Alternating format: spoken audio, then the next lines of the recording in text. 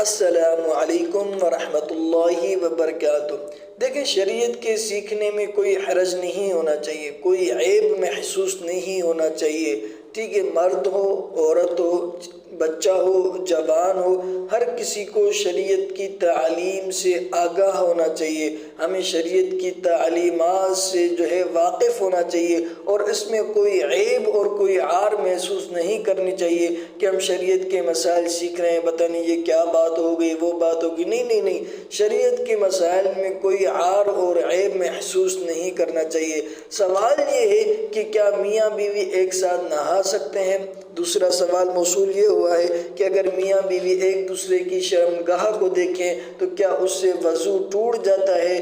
کیا میاں بیوی شیشے کے سامنے وہ ہم بستری کر سکتے ہیں یا نہیں کر سکتے؟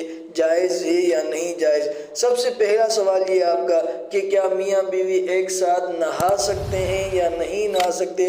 اس سے پہلے ان دو سوالوں کے جوابات دیتا چلوں کہ اگر میاں بیوی ایک دوسرے کی شرمگاہ کو دیکھیں گے تو ان کا وضو نہیں ٹوٹے گا جب تک کہ اس سے کوئی مادہ منویہ یا مزی وغیرہ خارج نہ ہو۔ اگر مزی یا مادہ منویہ خارج ہو گئے تو وضو بھی ٹوٹ جائے گا، مزی سے وضو ٹوٹ جائے گا، اور اگر مادہ منویہ نکل گیا تو اس پر غسل واجب ہو جائے گا، ٹھیک ہے؟ صرف دیکھنے سے کوئی غسل واجب نہیں ہوتا، نہیں اس سے وضو ٹوٹتا ہے۔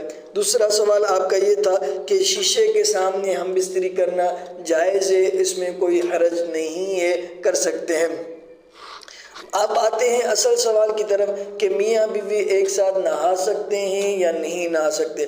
دیکھیں، بالکل جائز ہے، نہا سکتے ہیں، اس میں کوئی حرج نہیں ہے، ٹھیک ہے؟ لیکن البتہ یہ ادب کے خلاف ہے اور یہ ناپسندیدہ عمل ہے کہ میاں بیوی ایک دوسرے کی شرمگاہ کو دیکھیں اور وہ ایک ساتھ نہائیں۔ یہ ناپسندیدہ اور خلاف ادب ہے، ٹھیک ہے؟ جہاں تک امی عائشہ رضی اللہ عنہا کی حدیث کا تعلق ہے، لوگ حدیث بیان کرتے ہیں کہ امی عائشہ فرماتی ہیں کہ میں اور اللہ کے رسول ایک برتن سے نہایا کرتے تھے، ایک ٹب سے نہایا کرتے تھے۔ اس حدیث کو بطور دلیل پیش کرتے ہیں، ٹھیک ہے؟ یہ دلیل اپنی جگہ پہ درست ہے، اس میں کوئی حرج نہیں ہے، اس دلیل میں کوئی قباحت نہیں ہے، لیکن امی عائشہ نے جو بات کہی آپ اس کو مکمل سنیں، پورا سنیں۔